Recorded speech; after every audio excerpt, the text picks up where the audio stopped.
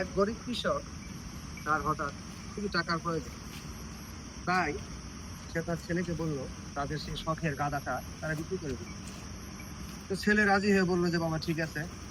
তো তারপরের দিন তারা গাদাকে বিক্রির জন্য বাজারে নিয়ে যাওয়ার প্রস্তুতি নিল। কত কিছু দূর যাওয়ার পর কিছু লোক তাকে বলল যে আরে বেকুব, একজন তো গাদার উপরে উঠেও যেতে পারে। তখন বাবা বললো যে বাবা, তুই তো ছোট মানুষ, তুই ছেলে, তুই গাদার উপর উঠ। তো এই কথা শোনার পর বাবা ছেলেকে গাদার উপর উঠতে বললো। কিছু দূর যাওয়ার পর আবার আরেক শ্রেণীর লোক তখন বলল, কি বেয়াদব একটা ছেলে, এরকম বয়স্ক বাবা যাচ্ছে, তাকে হাঁটিয়ে হাঁটিয়ে নিয়ে যাচ্ছে আর ও গাদার উপর চলে যাচ্ছে, কত বড় বেয়াদব। এই কথা শোনার পর ছেলের হয়ে গেল রাগ। তখন ছেলে বাবাকে বললো, বাবা গাদার উপর তুমি উঠবা। বাবা বলে যে না, আমি উঠবো না। কয়, না, তোমার এবার উঠতেই হবে। তো অনেক কষ্ট মষ্ট করে জোর করে বাবাকে তখন গাদার উপর উঠালো। ঠিক কিছু দূর যাওয়ার পর আরেক শ্রেণীর লোক বলতেছে, কি নিষ্ঠুর পিতা, একটা ছোট ছেলেকে রেখে সে নিজে গাদার উপরে চলে যেতেছে।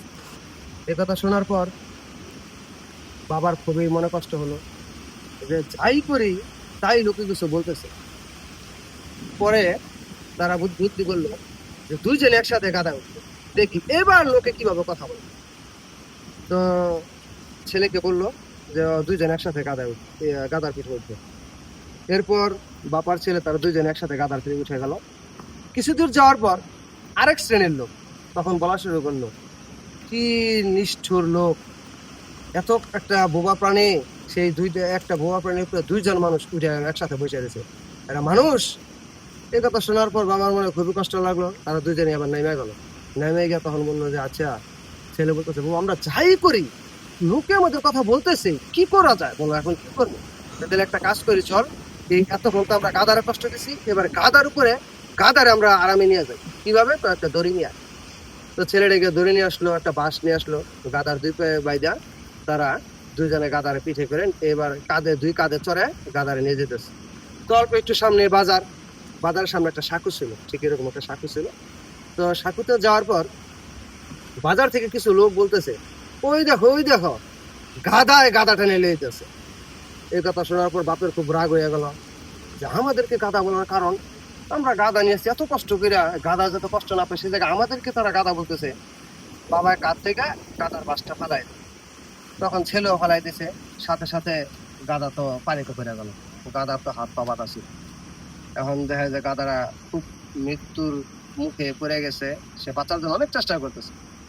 তারপর দৌড়ে ছেলে এবং বাবা দুজনে গেল গাদারে বাঁচাইতে, আর গাদারে বাঁচাইতে পারলো না, গাদাটা মারা গেল। তারপর বাবার ছেলে দুইজন চিন্তা করলো যে দেখ, আজকে লোকের কথা শুনতে শুনতে, লোকের কথার জবাব দিতে গিয়ে আজকে আমাদের কি পরিণতি হইল। এখন আমাদের টাকা দরকার, হ্যাঁ, আমরা এখন টাকা কোথাও পাবো। আসলে এই গল্পটা হচ্ছে, আপনি এই সমাজে যাই কিছু করবেন, কিছু শ্রেণীর লোক আছে আপনাকে নিয়ে মন্তব্য করবে।